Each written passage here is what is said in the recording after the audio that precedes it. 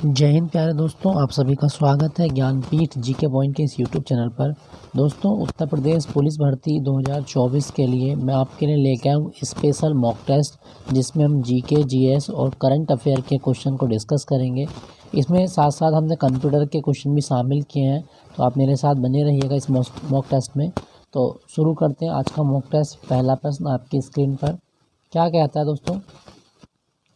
पहला प्रश्न है, कहा गया है निम्नलिखित में से कौन सा उत्तर प्रदेश की प्रसिद्ध लोक नाट्य कला है। दोस्तों, उत्तर प्रदेश की प्रसिद्ध लोक नाट्य कला कौन सी है? आपके ऑप्शन है यक्षगान, नौटंकी, नकल या भांड या यात्रा। दोस्तों, सही जवाब होगा उत्तर प्रदेश की लोक नाट्य कला है ऑप्शन बी, नौटंकी। नौटंकी उत्तर प्रदेश की लोक नाट्य कला है, ये आप याद रखिएगा दोस्तों। ये रंगमंच पर की जाती है, अभिनय के द्वारा इसको प्रदर्शित किया जाता है, तो नौटंकी आप याद रखें। अच्छा, यूपी के बारे में चीज़ हो जाना, यूपी का शास्त्रीय नृत्य कौन सा है? वह है आपका कथक। और यूपी का एक सबसे प्रसिद्ध डांस है, ब्रज क्षेत्र में किया जाता है, चरकुला। 108 दीप रखकर महिलाओं द्वारा किया जाता है चरकुला, ब्रज क्षेत्र में। क्लियर, याद रखिएगा। ठीक है दोस्तों, बात करें यहाँ पे यक्षगान की, तो यक्षगान कहाँ की नाट्य कला है? तो वो है आपकी कर्नाटक की। और नकल या भांड ये पंजाब की है। यात्रा कहाँ की? यात्रा आपकी बंगाल की है। तो ये आप याद रखना, सारी चीज़ें आपसे पूछा जा सकता है। क्लियर दोस्तों, नौटंकी उत्तर प्रदेश की नाट्य कला है। दोस्तों, अगर आपसे पूछे यूपी दिवस कब होता है, तो 24 जनवरी को होता है। अगला प्रश्न है, उत्तर प्रदेश के किस जिले को प्राचीन काल में बेदामूत कहा जाता था? दोस्तों, बेदामूत किसका नाम है? ऑप्शन सी, बदायूं का नाम है। बदायूं को प्राचीन काल में बेदामूत कहा जाता था। क्लियर दोस्तों, याद रखिएगा। दोस्तों, अगर आपसे पूछा जाए कि कारचौबी के लिए कौन सा जिला प्रसिद्ध है? कारचौबी एक प्रकार की जरी का काम है, तो कारचौबी कहाँ होती है? बदायूं में। और बदायूं में निजामुद्दीन औलिया का जन्म भी हुआ था। सूफी संत निजामुद्दीन औलिया, जो कि अमीर खुसरो के गुरु थे, निजामुद्दीन औलिया का जन्म भी बदायूं में हुआ था। क्लियर, याद रखिएगा। नेक्स्ट प्रश्न है आपका, निम्नलिखित पर्वत चोटियों में से उत्तर प्रदेश की सबसे ऊंची चोटी कौन सी है? दोस्तों, उत्तर प्रदेश की सबसे ऊंची चोटी है अमसौत हिल्स। ऑप्शन सी आपका सही जवाब है, अमसौत हिल। और ये जो अमसौत हिल है ना, ये शिवालिक श्रेणी का हिस्सा है। शिवालिक श्रेणी, जिसको आउटर हिमालय भी कहा जाता है। तो उत्तर प्रदेश की सबसे ऊंची चोटी है अमसौत हिल, ये शिवालिक श्रेणी में आती है और ये सहारनपुर में है। ये भी आपको याद रखना है, कौन से ज़िले में है? सहारनपुर में। क्लियर दोस्तों, याद रखेंगे। दोस्तों, अगर आपसे पूछा जाए कि उत्तर प्रदेश जो है, उत्तर प्रदेश में सबसे बड़ा ज़िला कौन सा है? तो वह है आपका लखीमपुर खीरी एरिया में। ये जरूर याद है, पूछता आपके एग्जाम में, सबसे बड़ा ज़िला लखीमपुर खीरी है। नेक्स्ट प्रश्न है आपका, भारत सरकार द्वारा शुरू किया गया राष्ट्रीय विज्ञान पुरस्कार कितनी श्रेणी में दिया जाता है? दोस्तों, राष्ट्रीय विज्ञान पुरस्कार भारत सरकार कितनी श्रेणी में देती है? आपके ऑप्शन है 2, 6, 4 या 5। सही जवाब होगा आपका ऑप्शन सी, 4 श्रेणियों में भारत सरकार द्वारा राष्ट्रीय विज्ञान पुरस्कार दिया जाता है। ठीक है, याद रखिएगा, आपसे पूछा जाता है। तो इसका सही जवाब होगा आपका ऑप्शन सी, 4 श्रेणियों में दिया जाता है भारत रत्न अवार्ड। क्लियर। अच्छा दोस्तों, यहाँ पे अगर मैं आपसे बात करूँ, तो भारत रत्न की तरह जैसे भारत रत्न है, पद्म भूषण है, पद्मश्री, ऐसे ही विज्ञान श्री अवार्ड भी दिए जाते हैं। जैसे 4 अवार्ड है, कौन कौन से हैं? तो एक है आपका विज्ञान रत्न, विज्ञान रत्न अवार्ड, तो ये आपको मिलेगा। दूसरा कौन सा है? दूसरा आपका विज्ञान श्री अवार्ड, विज्ञान श्री अवार्ड। फिर है आपका विज्ञान युवा, विज्ञान युवा अवार्ड। और एक है आपका विज्ञान टीम। तो 4 श्रेणी में राष्ट्रीय विज्ञान पुरस्कार भारत सरकार देती है, ये आप याद रखिएगा। ठीक है दोस्तों, अगर आपसे पूछा जाए कि भारत में राष्ट्रीय विज्ञान दिवस कब होता है, तो 28 फरवरी को विज्ञान दिवस मनाया जाता है। ये जरूर याद रखना, पूछा जाता है आपके एग्जाम में। और 23 अगस्त को कौन सा दिवस होता है भारत में? 23 अगस्त को होता है राष्ट्रीय अंतरिक्ष दिवस। राष्ट्रीय अंतरिक्ष दिवस 23 अगस्त को होता है। क्लियर दोस्तों, याद रखिएगा। नेक्स्ट प्रश्न है आपका, विश्व आत्महत्या रोकथाम दिवस किस तिथि को मनाया जाता है? दोस्तों, विश्व आत्महत्या रोकथाम दिवस हर साल होता है 10 सितंबर को। ऑप्शन बी आपका सही जवाब है, 10 सितंबर। क्लियर, याद रखिएगा। दोस्तों, यहाँ पे लिखा गया 2 सितंबर। 2 सितंबर को नारियल दिवस होता है। विश्व नारियल दिवस 2 सितंबर को मनाया जाता है, ये आप याद रखिएगा। 10 दिसंबर को कौन सा दिवस होता है? तो मानवाधिकार दिवस होता है। विश्व मानवाधिकार दिवस 10 दिसंबर को मनाया जाता है, ये भी आप याद रखें। 29 सितंबर को कौन सा दिवस होता है? विश्व हृदय दिवस होता है। विश्व हृदय दिवस 29 सितंबर। तो विश्व आत्महत्या रोकथाम दिवस होता है 10 सितंबर को। क्लियर, ऑप्शन बी आपका सही जवाब है। नेक्स्ट प्रश्न है आपका, हाल ही में ऑपरेशन सजग किसके द्वारा शुरू किया गया है? आपके ऑप्शन है भारतीय थल सेना, वायुसेना, नौसेना या तटरक्षक। दोस्तों, ऑपरेशन सजग की बात करें तो ऑपरेशन सजग शुरू किया गया भारतीय तटरक्षक के द्वारा। ऑप्शन डी आपका सही जवाब है, भारतीय तटरक्षक। मैं आपको एक चीज़ बता दूं दोस्तों, भारतीय तटरक्षक जो है इसका मुख्यालय नई दिल्ली में है, इंडियन कोस्ट गार्ड। और भारतीय तटरक्षक का आदर्श वाक्य वयम रक्षा में, ये जरूर याद रखिएगा, वयम रक्षा में। क्लियर। तो ऑपरेशन सजग जो है ये क्या था, भारत का जो पश्चिमी तट है जिसको मालाबार तट भी कहा जाता है, पश्चिमी तट की सुरक्षा के लिए ऑपरेशन सजग शुरू किया गया था भारतीय तटरक्षक के द्वारा। क्लियर, याद रखिएगा। नेक्स्ट प्रश्न है आपका, इसरो द्वारा किस तिथि को भारत के पहले सोलर मिशन आदित्य L1 को लॉन्च किया गया था? दोस्तों, आदित्य L1 भारत का पहला सोलर मिशन है और इसको इसरो द्वारा लॉन्च किया गया था 2 सितंबर 2023 को। ऑप्शन बी आपका सही जवाब है, 2 सितंबर 2023। दोस्तों, अगर क्वेश्चन आए कि आदित्य L1 कौन से रॉकेट के द्वारा लॉन्च किया गया, तो PSLV-C57 के द्वारा लॉन्च किया गया था। क्लियर, याद रखना। और मैं आपको एक चीज़ बता दूं दोस्तों, जो इसरो है ना, इसकी स्थापना कब हुई? 1969 में हुई थी। और मैं आपको एक चीज़ और बता देता हूँ कि आदित्य L1 मिशन श्री हरिकोटा द्वीप से लॉन्च किया गया था। श्री हरिकोटा द्वीप जो कहाँ पर है? आंध्र प्रदेश में। तो हरिकोटा द्वीप है आंध्र प्रदेश में, यहीं से लॉन्च हुआ था आदित्य L1। क्लियर। अच्छा दोस्तों, क्या आपको पता है कि सूर्य का प्रकाश कितने टाइम में धरती पर आता है? तो 8 मिनट 20 सेकंड में आता है। सूर्य का प्रकाश 8 मिनट 20 सेकंड में धरती पर आ जाता है, याद रखिएगा। नेक्स्ट प्रश्न है आपका, हाल ही में दुनिया के सबसे ऊंचे लड़ाकू हवाई क्षेत्र का उद्घाटन रक्षा मंत्री राजनाथ सिंह द्वारा कहां पर किया गया है? दोस्तों, दुनिया का सबसे ऊंचा लड़ाकू हवाई क्षेत्र बना है लद्दाख में। ऑप्शन बी आपका सही जवाब है, लद्दाख। और लद्दाख में जगह कौन सी है? न्योमा। लद्दाख के न्योमा में सबसे ऊंचा लड़ाकू हवाई क्षेत्र बना है। क्लियर दोस्तों, याद रखिएगा। दोस्तों, लद्दाख की राजधानी क्या है? लेह है। और लद्दाख में ना हेमिस नेशनल पार्क भी है। हेमिस नेशनल पार्क जो कि भारत का सबसे ऊंचा नेशनल पार्क है, हेमिस नेशनल पार्क, याद रखना, आपसे पूछा जाता है। क्लियर। चलिए नेक्स्ट प्रश्न की ओर चलते हैं। भारत की नौसेना किस देश की नौसेना के साथ ब्राइट स्टार 2023 नामक युद्धाभ्यास करती है? तो दोस्तों, ब्राइट स्टार 2023 युद्धाभ्यास भारत की नौसेना ने किया, किसके साथ? ऑप्शन है फ्रांस, इजिप्ट, सिंगापुर या अमेरिका। सही जवाब होगा आपका ऑप्शन बी, इजिप्ट के साथ ब्राइट स्टार युद्धाभ्यास किया गया है। इजिप्ट को मिस्र भी कहा जाता है और इसकी राजधानी क्या है? काहिरा। मिस्र की राजधानी है काहिरा, ये जरूर याद रखिएगा। ठीक है दोस्तों, अगर आपसे पूछा जाए कि भारतीय नौसेना दिवस कब होता है, तो हर साल 4 दिसंबर को भारतीय नौसेना दिवस मनाया जाता है। और नौसेना का आदर्श वाक्य सम नो वरुण है। सम नो वरुण है, ये भारतीय नौसेना का आदर्श वाक्य है। क्लियर, याद रखिएगा। नेक्स्ट प्रश्न है आपका, एशिया कप 2023 का खिताब भारतीय क्रिकेट टीम ने किस देश को हराकर अपने नाम किया है? दोस्तों, एशिया कप जो हुआ था ये भारत, इसका फाइनल मैच भारत और किस देश के बीच हुआ? ऑप्शन डी, श्रीलंका को हराया था फाइनल में भारत ने और एशिया कप का खिताब अपने नाम किया था। सही जवाब होगा आपका ऑप्शन डी। दोस्तों, क्या आपको पता है कि एशियाई क्रिकेट परिषद का मुख्यालय कहाँ पर है? तो एशियाई क्रिकेट परिषद का मुख्यालय कोलंबो में है। ठीक है, याद रखना, पूछा जाता है। एशियाई क्रिकेट परिषद कोलंबो, और ये श्रीलंका को हरा के भारत ने एशियाई कप जीता था 2023 में। नेक्स्ट प्रश्न, अच्छा अगर आपसे पूछा जाए कि श्रीलंका का राष्ट्रीय खेल क्या है, तो श्रीलंका का राष्ट्रीय खेल है वॉलीबॉल। श्रीलंका का राष्ट्रीय खेल वॉलीबॉल है। और बांग्लादेश का क्या है? कबड्डी। बांग्लादेश का राष्ट्रीय खेल है कबड्डी, ये भी आपको याद रखना है। अफगानिस्तान का तो आप जानते हैं बुचकसी। अफगानिस्तान का राष्ट्रीय खेल क्या है? बुचकसी है। क्लियर, याद रखिएगा। नेक्स्ट प्रश्न है आपका, हाल ही में यूनेस्को द्वारा भारत के किस शहर को संगीत के शहर के रूप में मान्यता दी है? दोस्तों, संगीत का शहर किसको घोषित किया गया? Option A, Gwalior.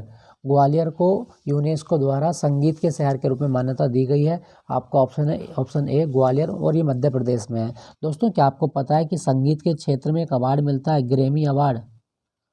संगीत के क्षेत्र में एक अवार्ड मिलता है, ग्रैमी अवार्ड। तो ये जरूर याद रखना, आपसे पूछा जाता है। यूनेस्को का मुख्यालय कहाँ पर है? पेरिस में है, पेरिस। क्लियर, याद रखिएगा। दोस्तों, यहाँ पे लिखा गया कोच्चि। अगर क्वेश्चन आए कि अरब सागर की रानी किसको कहा गया है, तो कोच्चि शहर को अरब सागर की रानी कहा जाता है। अरब सागर की रानी कोच्चि। क्लियर, याद रखिएगा। नेक्स्ट प्रश्न है आपका, निम्नलिखित में से कौन से देश के साथ भारत की भूसीमा नहीं लगती? दोस्तों भारत की भूसीमा से 7 देश लगते हैं। तो म्यांमार लगता है, बांग्लादेश लगता है, भूटान लगता है, लेकिन ताजिकिस्तान भारत की भूसीमा के साथ अपनी सीमा साझा नहीं करता। ऑप्शन डी आपका सही जवाब है। क्लियर दोस्तों, याद रखिएगा। अच्छा दोस्तों, अगर क्वेश्चन आए कि भारत की स्थलीय सीमा की लंबाई कितनी है, तो 15,200 किलोमीटर है। 15,200 किलोमीटर भारत की स्थलीय सीमा है, याद रखना। और दोस्तों मैं आपको एक चीज़ बता दूं, सबसे लंबी सीमा किस देश के साथ है भारत की? बांग्लादेश के साथ है। क्लियर, याद रखिएगा। नेक्स्ट प्रश्न है आपका, निम्नलिखित नदियों में से कौन सी नदी पूरब की ओर बहती है? तो दोस्तों पूरब की ओर कौन सी नदी बहती है? ऑप्शन है तापी, नर्मदा, गोदावरी या साबरमती। सही जवाब होगा आपका ऑप्शन सी, गोदावरी नदी पूरब की ओर बहने वाली नदी है। ठीक है, ऑप्शन सी आपका सही जवाब है। जबकि नर्मदा, तापी, साबरमती ये पश्चिम की ओर बहती है और खंबात की खाड़ी में जाकर गिर जाती हैं। दोस्तों क्या आपको पता है कि गोदावरी नदी कहाँ से निकलती है? तो गोदावरी नदी नासिक के पास से निकलती है, त्र्यंबकेश्वर नामक स्थान से। तो त्र्यंबकेश्वर नासिक में है और यहाँ से निकलती है गोदावरी नदी। गोदावरी को बूढ़ी गंगा भी कहा जाता है। ठीक है, याद रखिएगा। नेक्स्ट प्रश्न है आपका, कॉमनवेल्थ ऑफ नेशंस का मुख्यालय किस शहर में है? दोस्तों कॉमनवेल्थ ऑफ नेशन इसका मुख्यालय कहाँ पर है? ऑप्शन बी, लंदन शहर में है कॉमनवेल्थ ऑफ नेशंस का मुख्यालय। याद रखिएगा दोस्तों, लंदन में। और लंदन में अंतर्राष्ट्रीय समुद्री संगठन का मुख्यालय भी है। अंतर्राष्ट्रीय समुद्री संगठन का मुख्यालय लंदन में है। क्लियर, याद रखना, पूछा जाता है आपके एग्जाम में। यहाँ लिखा गया न्यूयॉर्क, यूएनओ का मुख्यालय और यूनिसेफ का मुख्यालय दोनों कहाँ पर है? वो आपका न्यूयॉर्क में है। क्लियर, याद रखिएगा। नेक्स्ट है आपका, हाल ही में म्यांमार द्वारा चक्रवात मिचोंग का नामकरण किया गया है, इसकी उत्पत्ति कहाँ पर हुई है? तो चक्रवात मिचोंग ये उठा था बंगाल की खाड़ी में। ऑप्शन बी आपका सही जवाब है। चक्रवात मिचोंग की उत्पत्ति बंगाल की खाड़ी से हुई। और नाम किसने रखा था मिचोंग? वो था म्यांमार। दोस्तों एक चक्रवात अभी हाल फिलहाल में और आया था, मिधिली। मिधिली, और मिधिली जो नाम रखा था ना, ये मालदीव ने रखा था। और एक चीज़ मैं बता दूं, मिधिली चक्रवात भी बंगाल की खाड़ी में ही आया था। तो मिधिली मालदीव के द्वारा नाम रखा गया था और मिचोंग म्यांमार के द्वारा। बंगाल की खाड़ी से ही उत्पत्ति हुई थी इनकी, आप याद रखिएगा। क्लियर दोस्तों, चलिए नेक्स्ट प्रश्न है आपका, किसी व्यक्ति को ऑनलाइन धमकी देना या गाली देना क्या कहलाता है? दोस्तों ऑनलाइन धमकी देना या गाली देना एक प्रकार का साइबर क्राइम है। और इसको साइबर क्राइम की भाषा में क्या कहा जाता है? साइबर बुलिंग कहा जाता है। ऑप्शन डी आपका सही जवाब है, साइबर बुलिंग। ठीक है, ऑनलाइन धमकी देना या गाली देना साइबर बुलिंग कहलाता है। क्लियर दोस्तों, याद रखिएगा। दोस्तों साइबर ग्रूमिंग क्या होता है? ऑनलाइन सेक्स करना। ऑनलाइन सेक्स करना उसको साइबर ग्रूमिंग कहा जाता है। क्लियर, याद रखिएगा। नेक्स्ट प्रश्न है आपका, ऑनलाइन ठगी को रोकने के लिए भारत का कौन सा मंत्रालय दोस्त नामक ट्विटर हैंडल चलाता है? तो दोस्तों दोस्त नाम का ट्विटर हैंडल कौन सा मंत्रालय चलाता है? तो आपके ऑप्शन है सूचना प्रसारण मंत्रालय, गृह मंत्रालय, पृथ्वी विज्ञान मंत्रालय या रक्षा मंत्रालय। सही जवाब होगा आपका ऑप्शन बी, गृह मंत्रालय। भारत का जो गृह मंत्रालय है ना, ये ऑनलाइन ठगी को रोकने के लिए ऑपरेशन दोस्त नाम का ट्विटर हैंडल चलाता है। याद रखिएगा, पूछा जाए आपके एग्जाम में। गृह मंत्रालय और गृह मंत्री कौन है हमारे? वो है आपके अमित शाह, गृह मंत्री अमित शाह है हमारे। नेक्स्ट प्रश्न है आपका, मेलवेयर किससे संबंधित है? दोस्तों मेलवेयर, देखो कहीं पर भी आपको एक शब्द दिखाई दे मेल का मतलब बुरा, तो बेयर मतलब क्या? सॉफ्टवेयर। तो जब कोई भी सॉफ्टवेयर किसी सिस्टम में, किसी कंप्यूटर में गलत नियत के साथ में काम करेगा, गलत नियत का मतलब है कि डाटा चोरी करेगा, फाइलों को लॉक करेगा, फाइल डैमेज करेगा, ठीक है, आपकी पर्सनल जानकारी चुरा लेगा, आपके पासवर्ड चुरा लेगा। तो जब भी कोई सॉफ्टवेयर गलत नियत के साथ काम करता है तो उसे मालवेयर कहा जाता है। और मालवेयर को और क्या बोलते हैं? मलेशियस सॉफ्टवेयर कहा जाता है। ऑप्शन डी आपका सही जवाब है, मलेशियस सॉफ्टवेयर। क्लियर, याद रखिएगा। नेक्स्ट प्रश्न है आपका,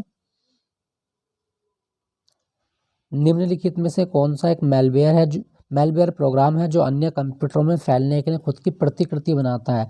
प्रतिकृति मतलब टू कॉपी बनाता है। तो मेलवेयर मैंने अभी आपको बताया क्या होता है। मेलवेयर एक ऐसा सॉफ्टवेयर है जो किसी सिस्टम में गलत नियत के साथ काम करता है। तो कौन सा इनमें से कौन सा है जो अपनी प्रतिकृति बनाता है? आपके option Trojan, rootkit, computer worm या स्पाईवेयर। सही जवाब होगा आपका ऑप्शन सी, कंप्यूटर वॉर्म एक प्रकार का मेलवेयर है जो कंप्यूटर में फैलने के लिए खुद को रेप्लिकेट करता है, खुद की फोटोकॉपी बनाता है। ऑप्शन सी आपका सही जवाब है। क्लियर दोस्तों। अच्छा दोस्तों, जब कोई सॉफ्टवेयर किसी की जासूसी करेगा तो उसको क्या बोलते हैं? उसको बोलते हैं स्पाईवेयर। तो जासूसी सॉफ्टवेयर को स्पाईवेयर कहा जाता है, और कंप्यूटर वॉर्म जो होता है ये एक प्रकार का मालवेयर है जो खुद की प्रतिकृति बनाता है। क्लियर, याद रखिएगा। नेक्स्ट प्रश्न है आपका, निम्नलिखित में से कौन सा एक मेलवेयर या वायरस नहीं है? तो दोस्तों आपको बताना है कि मेलवेयर या वायरस नहीं है। ट्रोजन एक मेलवेयर है, कंप्यूटर वॉर्म एक मालवेयर है, स्पाईवेयर भी एक मालवेयर है। जबकि कीबोर्ड जो है ये आपका ना तो मालवेयर है ना ही हार्डवेयर है। कीबोर्ड क्या होता है? सॉरी, वायरस है। कीबोर्ड जो है ये आपका एक प्रकार का हार्डवेयर है। तो कंप्यूटर का हार्डवेयर जो है उसका एक हिस्सा है कीबोर्ड। क्लियर, याद रखिएगा। अच्छा दोस्तों, आपको पता है कि कीबोर्ड में कितनी फंक्शन की होती हैं? तो 12 होती हैं, ज़रूर याद रखिएगा। नेक्स्ट प्रश्न है आपका, 1 मेगाबाइट में 1024 होते हैं, तो 1 मेगाबाइट में 1024 किलोबाइट होते हैं। ऑप्शन ए आपका सही जवाब है, ऑप्शन ए। क्लियर। अच्छा दोस्तों, क्या आपको पता है कि एक निबल में कितने बिट होते हैं? एक निबल में कितने बिट होते हैं? तो 4 बिट होते हैं। बिट क्या है? कंप्यूटर डेटा की सबसे छोटी इकाई बिट कहलाती है। क्लियर, याद रखिएगा। नेक्स्ट प्रश्न है आपका, वह मेलवेयर क्या कहलाता है जो आपके कंप्यूटर पर विज्ञापन प्रदर्शित करता है? दोस्तों आपके ऑप्शन है बैकडोर, स्पाईवेयर, हार्डवेयर या रैंजमवेयर। तो दोस्तों यहाँ पे इसका ऑप्शन कुछ नहीं है, ऑप्शन छूट गया है। मैं आपका इसको आंसर ही बता देता हूँ, वो है आपका एडवेयर। तो एडवेयर एक प्रकार का मालवेयर है जो आपके कंप्यूटर पर बार बार विज्ञापन दिखाता है, और जैसे ही आप विज्ञापन पे क्लिक करेंगे तो आपसे वो आपकी जानकारी मांगता है, आपका नाम, आपकी डेट ऑफ बर्थ, आपका मेल आईडी या आपका कोई मोबाइल नंबर, वो सब चोरी कर लेता है। तो मालवेयर जो आपके कंप्यूटर पर विज्ञापन दिखाता है उसको एडवेयर कहा जाता है। एडवेयर मतलब एडवर्टाइज। ठीक है, याद रखिएगा। दोस्तों यहाँ पे लिखा गया रैंसमवेयर। रैंसम मतलब क्या होता है? जब कोई भी मालवेयर आपकी फाइल को लॉक कर दे और अनलॉक करने के लिए आपसे मांग करे फिरौती मतलब धन की मांग करे, तो उसको रैंसमवेयर कहा जाता है। रैंसमवेयर जब भी किसी कंप्यूटर में आता है तो उसको लॉक करेगा, और कंप्यूटर में लॉक करने के बाद में आपसे फिरौती मांगता है। क्लियर, याद रखिएगा। तो विज्ञापन दिखाने वाला जो मेलवेयर उसको एडवेयर कहा जाता है। नेक्स्ट प्रश्न है आपका, एनक्रिप्शन क्या है? दोस्तों एनक्रिप्शन आपको बताना, इसके ऑप्शन नहीं है, इसका सीधा आंसर लिखा गया है। एनक्रिप्शन एक अनधिकृत पहुंच को रोकने के लिए संदेशों की कोडिंग है। क्लियर। अच्छा, ये क्या होता है? देखो, आप व्हाट्सएप चलाते हैं, और अगर आप व्हाट्सएप पे कोई चैट करते हैं तो वो आपकी जो चैट है वो एनक्रिप्टेड है। एनक्रिप्टेड का मतलब क्या है कि एक बंदा ये है ए और दूसरा बंदा है आपका बी। अब ए बंदे ने इसको कोई मैसेज किया, और इसका ये मैसेज एक तीसरा बंदा देख रहा है। ठीक है, इन दोनों के बीच में जो चैट हो रही है, ये मान सकते हैं कि दो व्यक्ति हैं, आपस में कोई चैट कर रहे हैं, और ये दोनों, अगर ये इसको कह रहा है हाय, तो इसको क्या दिखाई दे रहा है? इसको भी दिखाई देगा हाय। क्लियर। क्या ये तीसरा बंदा इनकी इस हाय वाले चैट को पढ़ सकेगा? तो आप कहोगे जी बिल्कुल पढ़ सकता है, तो ऐसा नहीं है। ठीक है, खुद व्हाट्सएप को भी नहीं पता कि दो व्यक्तियों के बीच में क्या चैट हो रही है। क्यों? क्योंकि व्हाट्सएप की चैट एनक्रिप्टेड होती है। तो एनक्रिप्शन क्या है? एनक्रिप्शन मैसेज को कोड करने का एक तरीका है। ठीक है, तो ये कैसे कोड करता है? मान लीजिए किसी व्यक्ति ने हाय लिखा, दूसरे व्यक्ति को क्या दिखाई देगा? हाय। लेकिन जो तीसरा व्यक्ति बैठा था इसको हाय दिखाई नहीं देगा, इसको कोड दिखाई देगा। इसको इस तरह का @ दिखाई दे सकता है, इसको हैश दिखाई दे सकता है, इसको स्टार दिखाई दे सकता है, इसको एक्सक्लेमेटरी साइन दिखाई सकता है। तो एनक्रिप्शन जो है वो मैसेज को कोड करने का एक तरीका है, जिससे आपकी मैसेज या आपकी चैट सिक्योर रहती है। कोई तीसरा बंदा आपकी मैसेज या जो चैट है वो नहीं पढ़ सकता। तो ये ज़रूर याद रखिएगा, एनक्रिप्शन जो होता है वो अनधिकृत पहुँच को रोकने के लिए संदेशों की कोडिंग होती है। क्लियर, याद रखिएगा। अच्छा चलो, क्वेश्चन में लिख के बताइएगा, व्हाट्सएप को किसने शुरू किया था? व्हाट्सएप जो है ये किसके द्वारा शुरू की गई है? कमेंट में लिख के बताओ, व्हाट्सएप के शुरुआत करने वाला कौन था। नेक्स्ट है आपका, उत्तर प्रदेश संगीत नाट्य अकादमी की स्थापना कब की गई? दोस्तों उत्तर प्रदेश में संगीत नाट्य अकादमी की स्थापना 1963 में की गई थी। ऑप्शन बी आपका सही जवाब है, 1963। क्लियर दोस्तों, याद रखिएगा। दोस्तों अगर आपसे पूछा जाए कि यूपी का एरिया कितना है? 240 928 वर्ग किलोमीटर है, वर्ग किलोमीटर, और ये भारत का कितना है? 7.33% है। नेक्स्ट प्रश्न है आपका, राष्ट्रीय बीज अनुसंधान एवं प्रशिक्षण केंद्र किस शहर में है? तो दोस्तों आपके ऑप्शन है लखनऊ, गाजियाबाद, वाराणसी या कानपुर। सही जवाब होगा आपका ऑप्शन सी, वाराणसी में है राष्ट्रीय बीज अनुसंधान एवं प्रशिक्षण केंद्र। क्लियर, याद रखिएगा। दोस्तों वाराणसी में ना भारतीय सब्जी अनुसंधान केंद्र भी है, भारतीय सब्जी अनुसंधान केंद्र वाराणसी। और मैं एक चीज़ बता दूं, वाराणसी को भारत की सांस्कृतिक राजधानी कहा जाता है। भारत की सांस्कृतिक राजधानी किसको कहा गया है, तो वाराणसी को कहा जाता है भारत की सांस्कृतिक राजधानी। क्लियर, याद रखिएगा। दोस्तों यहाँ पे लिखा गया आपका लखनऊ, लखनऊ में केंद्रीय विश्व विज्ञान अनुसंधान संस्थान है। और आपको मैं बता दूं, भारतीय गन्ना अनुसंधान संस्थान कहाँ पर है, लखनऊ में है। और एक चीज़ और याद रखिएगा, लखनऊ में नेशनल बोटनिकल रिसर्च इंस्टीट्यूट भी है। क्लियर, याद रखना, पूछा जाता है। नदी आपको याद है, गोमती नदी है। नेक्स्ट प्रश्न है आपका, भारत जीएसटी को लागू करने वाला कौन सा देश है। तो दोस्तों भारत ने जीएसटी लागू किया था 1 जुलाई 2017 को, और भारत दुनिया का 161वां देश बना था जीएसटी को लागू करने वाला। ऑप्शन बी आपका सही जवाब है। और दुनिया में सबसे पहले जीएसटी किस देश ने लागू की थी, फ्रांस ने लागू की थी। फ्रांस ने वर्ष 1954 में सबसे पहले जीएसटी लागू की थी। तो ये आप याद रखिएगा दोस्तों, पूछा जाता है। दोस्तों अगर आपसे पूछा जाए कि भारत में जो जीएसटी है ये किस समिति की सिफारिश पर लागू हुआ था, तो भारत में जीएसटी विजय केलकर समिति की सिफारिश पर लागू हुआ था। ठीक है, विजय केलकर। क्लियर दोस्तों, याद रखिएगा। जीएसटी किस प्रकार का कर है, तो अप्रत्यक्ष कर है, ये भी आपको याद रखना है। और मैं आपको बता दूं, तो जो जीएसटी है ना भारत का, वो कौन से देश के जीएसटी मॉडल पर आधारित है, तो भारत का जीएसटी मॉडल कनाडा के जीएसटी मॉडल पर आधारित है। जीएसटी का ब्रांड एम्बेसडर है आपका अमिताभ बच्चन। और जीएसटी जो है इसकी दर है 0%, 5%, 12%, 18% और 30%। ठीक है, ये जरूर याद रखना, 30 नहीं 28%। क्लियर, चलिए नेक्स्ट प्रश्न है आपका, भारत का सबसे पुराना अर्धसैन्य बल कौन सा है जिसकी स्थापना 1835 में कछार लेवी के रूप में की गई थी। तो दोस्तों कछार लेवी के रूप में भारत का कौन सा अर्धसैन्य बल बना 1835 में, option A Assam rifle. Assam rifle Bharat का सबसे पुराना अर्धसैन्य बल है और ये 1835 में बना था। इसका पुराना नाम था कछार लेवी। ठीक है दोस्तों। और दोस्तों क्या आपको पता है कि असम राइफल को पूर्वोत्तर का प्रहरी कहा जाता है, पूर्वोत्तर का प्रहरी कहा गया है असम राइफल को। ठीक है, याद रखिएगा। और असम राइफल का मुख्यालय कहाँ पर है, शिलोंग में है। मेघालय की राजधानी शिलोंग में असम राइफल का मुख्यालय है। क्लियर, याद रखिएगा। अच्छा अगर आपसे पूछा जाए कि बीएसएफ जो है ये कहाँ पर काम करती है, तो बांग्लादेश और पाकिस्तान के बॉर्डर पर बीएसएफ काम करती है। जबकि जो आईटीबीपी है ये चाइना और तिब्बत के बॉर्डर पर काम करती है। याद रखिएगा। नेक्स्ट प्रश्न है आपका, निम्नलिखित में से कौन सा एक वेब ब्राउज़र नहीं है। दोस्तों कौन सा वेब ब्राउज़र नहीं है, गूगल क्रोम वेब ब्राउज़र है, मोजिला फायरफॉक्स भी है, ओपेरा भी है, लेकिन विकीपीडिया एक वेब ब्राउज़र नहीं है। ठीक है, विकीपीडिया सन 2001 में शुरू की गई थी और ये एक ऑनलाइन विश्वकोश है। आप दुनिया भर की जानकारी विकीपीडिया पे सर्च कर सकते हो। ठीक है, तो आप याद रखिएगा विकीपीडिया एक वेब ब्राउज़र नहीं है। अच्छा दोस्तों अगर आपसे पूछे कि जो विकीपीडिया वो किसने शुरू की थी, जिमी वेल्स ने शुरू की थी, जिमी वेल्स। नेक्स्ट प्रश्न है आपका, राष्ट्रीय आपदा मोचन बल एनडीआरएफ की स्थापना 19 जनवरी को स्थापना दिवस 19 जनवरी को मनाया जाता है। इसकी स्थापना कब हुई थी। दोस्तों भारत में जो एनडीआरएफ है ये बना था एनडीएमए एक्ट 2005 के द्वारा। राष्ट्रीय आपदा प्रबंधन अधिनियम 2005 में भारत में आया था और इसके द्वारा 2006 में एनडीआरएफ की स्थापना की गई थी। एनडीआरएफ मतलब नेशनल डिजास्टर रिस्पांस फोर्स। ठीक है, याद रखिएगा। और एनडीआरएफ किस मंत्रालय के अधीन है, गृह मंत्रालय के अधीन है। 2006 में बनी थी एनडीआरएफ। क्लियर, याद रखिएगा। नेक्स्ट प्रश्न है आपका, तिमोर लेस्ते की राजधानी कौन सी है।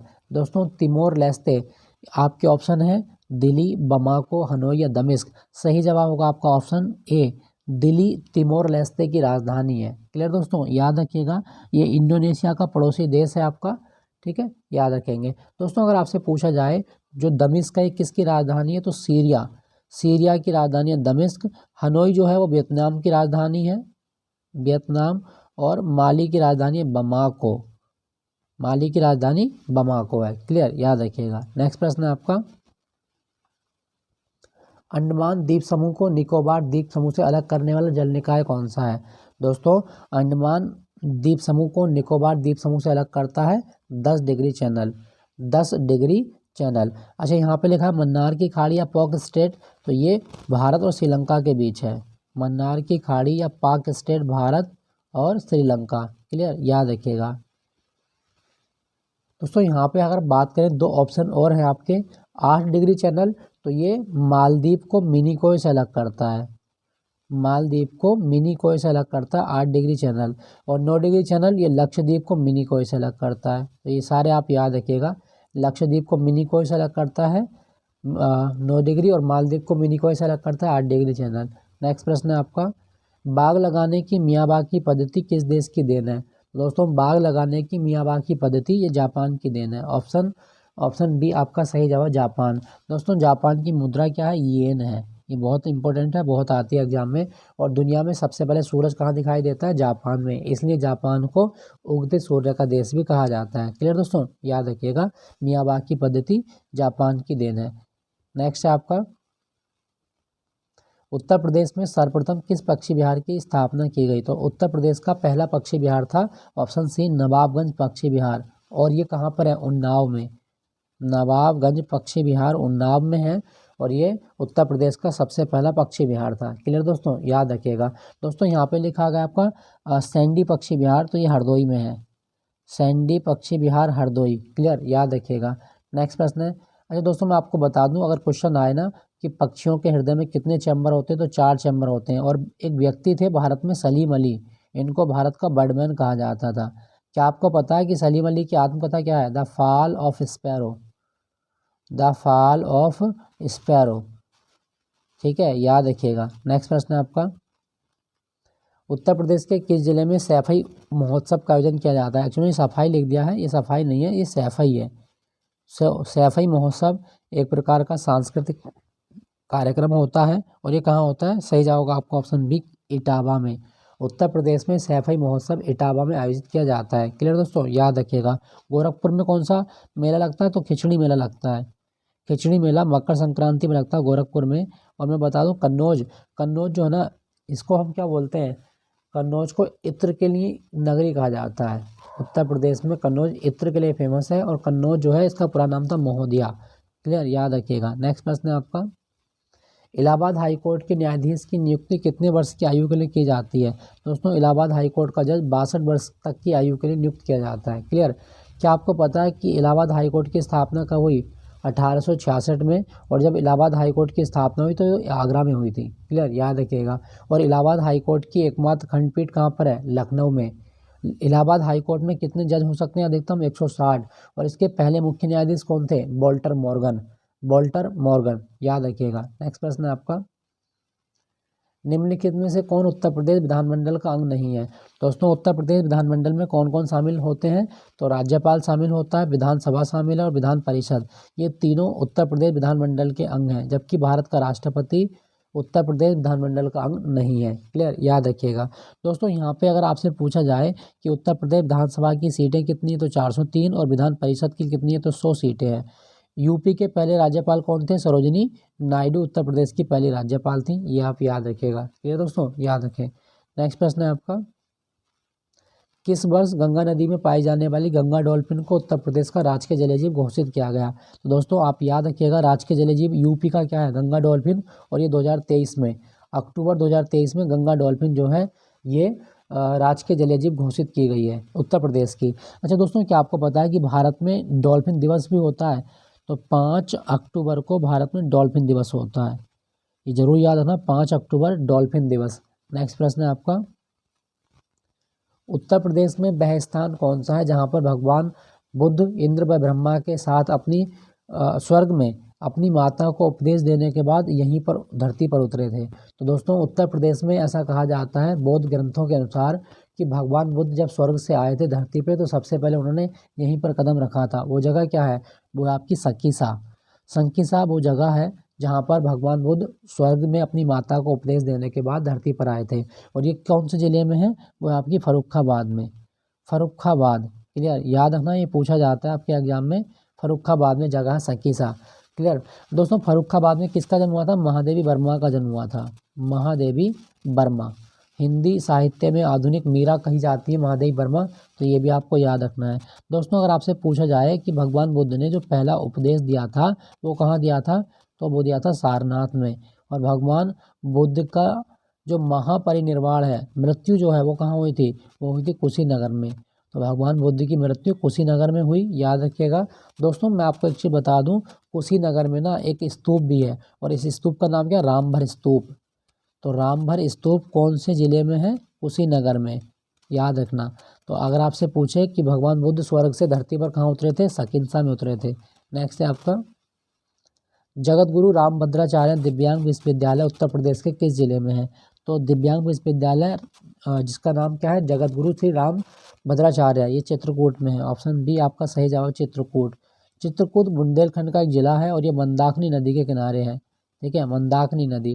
नेक्स्ट प्रश्न है आपका, वैश्विक नवाचार सूचकांक 2023 में कौन सा देश प्रथम स्थान पर है। तो दोस्तों नवाचार सूचकांक में कौन सा देश है प्रथम स्थान पर, ऑप्शन ए स्विट्जरलैंड। स्विट्जरलैंड प्रथम स्थान पर है। और भारत की रैंक की बात करें तो भारत का स्थान 40वां है 132 देशों में से। तो 132 देशों में से भारत का स्थान है 40वां। क्लियर, याद रखिएगा। नेक्स्ट प्रश्न है आपका,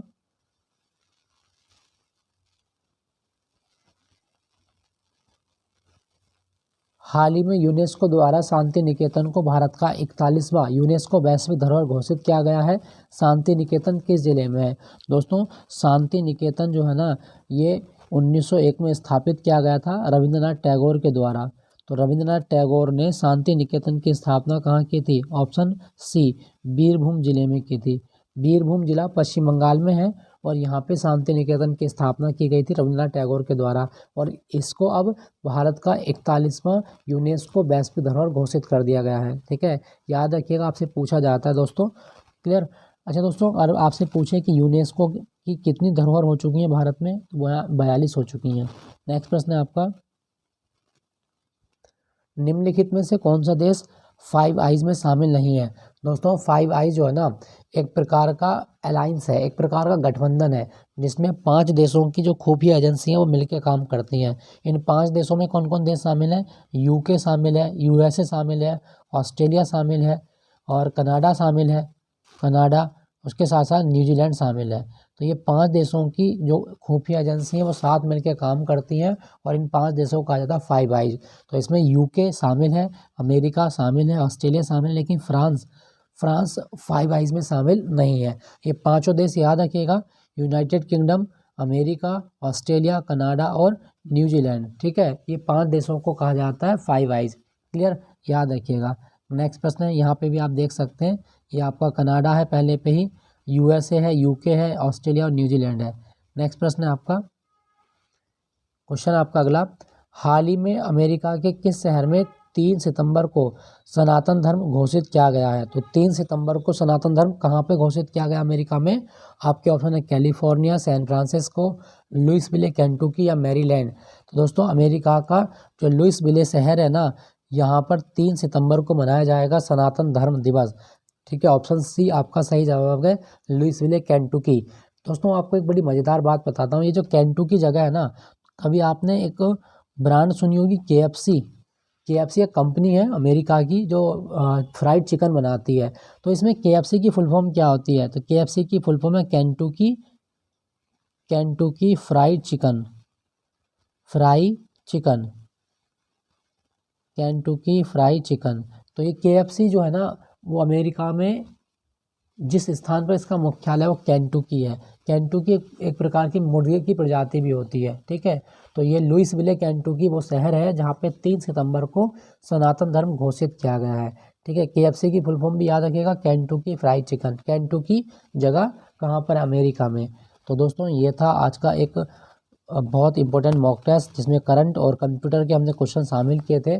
आई होप ये सेशन आपको अच्छा लगा होगा, अच्छा लगा तो लाइक कीजिएगा, अपने दोस्तों के साथ शेयर कीजिएगा। फिर मिलूंगा अगले मॉक टेस्ट के साथ में। Thank you for watching Jnanpith GK point. दोस्तों मैं आपको बता दूं, ऐसे में आपको 5 मॉक टेस्ट लेके आऊँगा जिसमें बहुत अच्छे करंट के क्वेश्चन और कंप्यूटर के क्वेश्चन साथ साथ स्टैटिक के क्वेश्चन मैं आपको कराऊंगा। तो मेरे साथ बने रहिएगा।